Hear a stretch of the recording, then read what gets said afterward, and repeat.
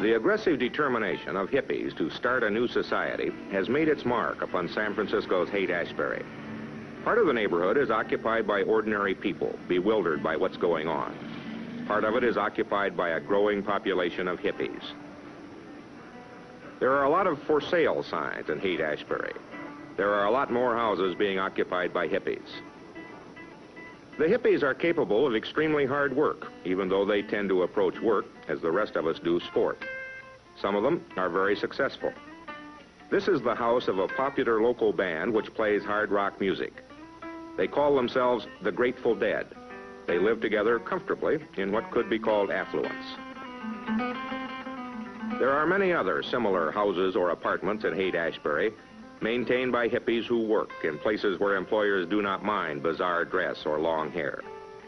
Their concept of a new style of life unites them, and that concept is, in most cases, drawn from the drug experience. The Grateful Dead themselves acknowledge they have used LSD. Warren Wallace asked them what they thought the hippie movement was trying to accomplish. What we're thinking about is a peaceful planet. We're not thinking about anything else. We're not thinking about any kind of power. We're not thinking about any of those kind of struggles. We're not thinking about revolution or war or any of that. That's not what we want. Nobody wants to get hurt. Nobody wants to hurt anybody. We would all like to be able to live an uncluttered life, a simple life, a good life, you know, and like think about moving the whole human race ahead a step or a few steps. And, or half a step. Yeah, or a half a step, or anything. Or at least not more positive. At least not going around in circles like it is now. Do you think that your movement or your idea, the hip idea, is essentially connected up with drugs?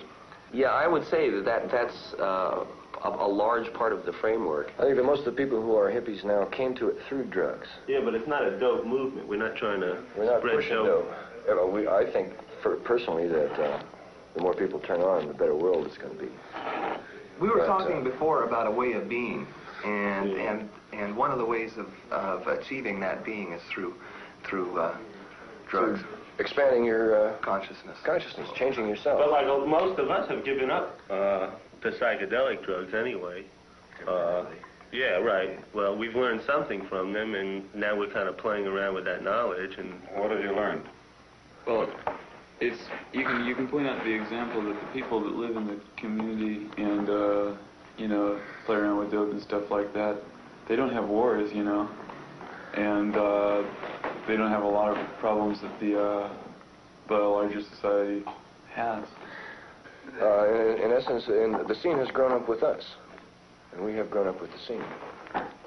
We've all grown up together, and we feel more like children than ever. Right. Because we know what we're trying to do. We're trying to grow up. Today, there is no violence, and there's a reason for this. The band called the Grateful Dead have announced they will make music in the park. Merry Christmas, folks. Merry Christmas. And the crowd moves along, provided with a place to go, something to do. The Grateful Dead are playing a tune called, appropriately enough, Dancing in the Street.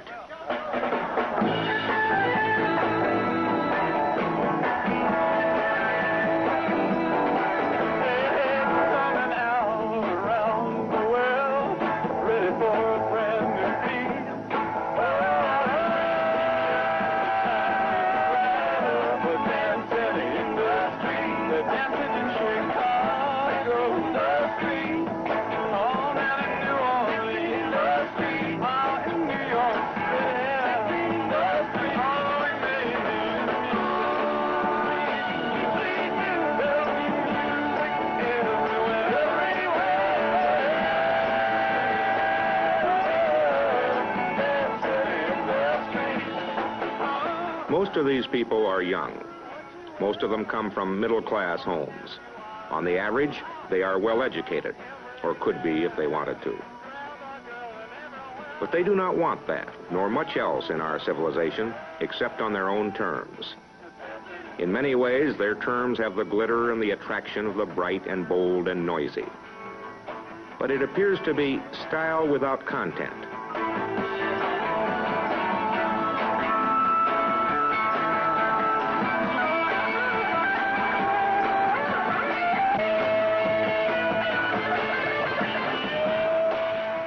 They object to the ills which beset society: war, social hatreds, money grubbing, spiritual waste.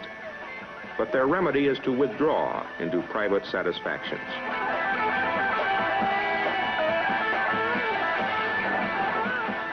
When one thinks of the problems of our day, which cry for attack and imagination and youthful energy, this seems like the greatest waste of all.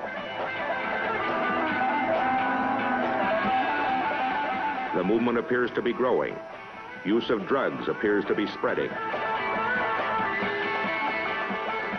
There is the real danger that more and more young people may follow the call to turn on, tune in, drop out.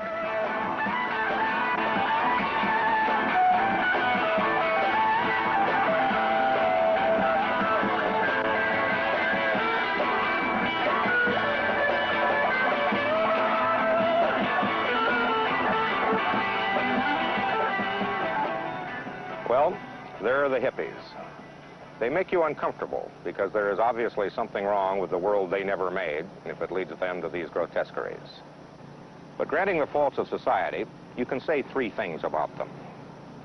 They, at their best, are trying for a kind of group sainthood, and saints running in groups are likely to be ludicrous. They depend on hallucination for their philosophy. This is not a new idea, and it has never worked. And finally, they offer a spurious attraction to the young, a corruption of the idea of innocence. Nothing in the world is as appealing as real innocence, but it is, by definition, a quality of childhood. People who can grow beards and make love are supposed to move from innocence to wisdom. This is Harry Reasoner.